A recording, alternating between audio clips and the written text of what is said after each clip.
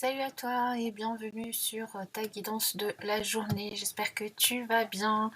Allez, on y va avec un tirage en 3 cartes avec l'oracle de l'union sacrée pour le domaine sentimental si cela t'intéresse. Nous avons ici la première carte qui nous parle de distance.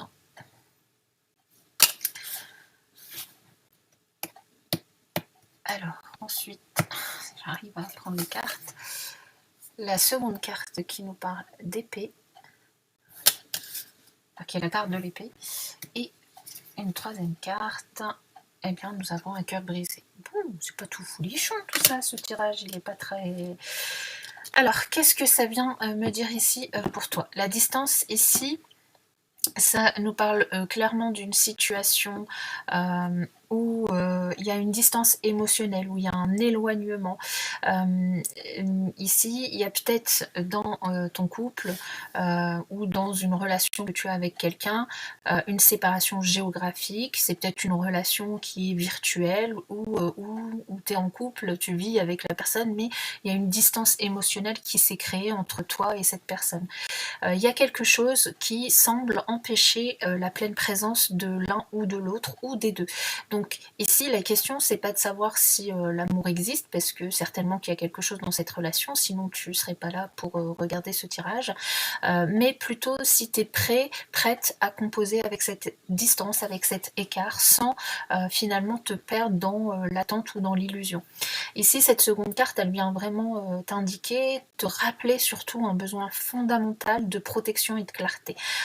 L'épée, ici, elle te dit que il y a probablement dans cette relation chacun qui cherche à se rassurer, à se tenir à son rôle, parfois à se montrer plus fort qu'il n'est par rapport à l'autre.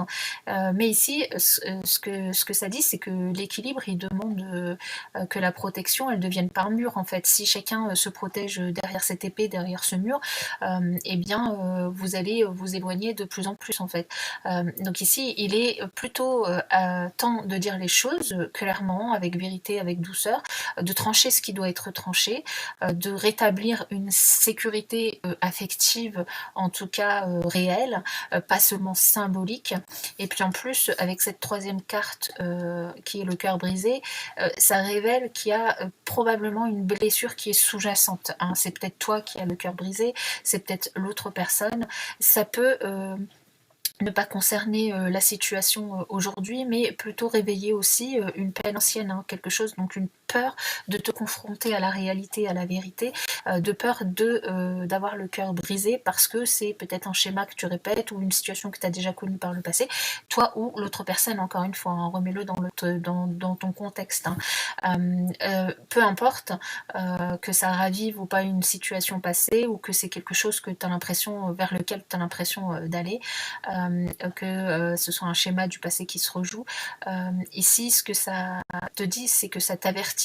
Si tu continues à ériger ce mur et à pas dire les choses clairement, que ce soit toi ou l'autre, si tu continues à vivre cette relation à distance ou à mettre de la distance émotionnelle entre toi et l'autre, eh bien, ça risque de provoquer quelque chose de douloureux à la fin, en fait, hein, s'il n'y a pas d'ajustement. Ça risque en tout cas, de rouvrir une douleur qui est déjà connue, que tu as déjà connue probablement par le passé. Donc, ce message, ce qu'il faut retenir, c'est que l'amour, ça se construit pas uniquement dans l'attente. Il faut vraiment pas confondre la protection et le silence. Il faut pas ignorer si tu as quelque chose qui te blesse ou qui ne te va pas dans la relation. Il faut pas l'ignorer. Il faut vraiment essayer. Enfin, t'es vraiment invité avec ce tirage à le dire, à dire les choses clairement, à te réajuster dans la relation, à mettre vraiment de la vérité et surtout n'oublie pas de te choisir, de t'écouter, de te choisir toi, pour que eh bien l'amour ce soit plus une épreuve, mais plutôt un espace vivant, présent, qui te permet d'être aligné avec toi-même, avec l'autre, et pas de te perdre ou de te faire mal en fait. Voilà.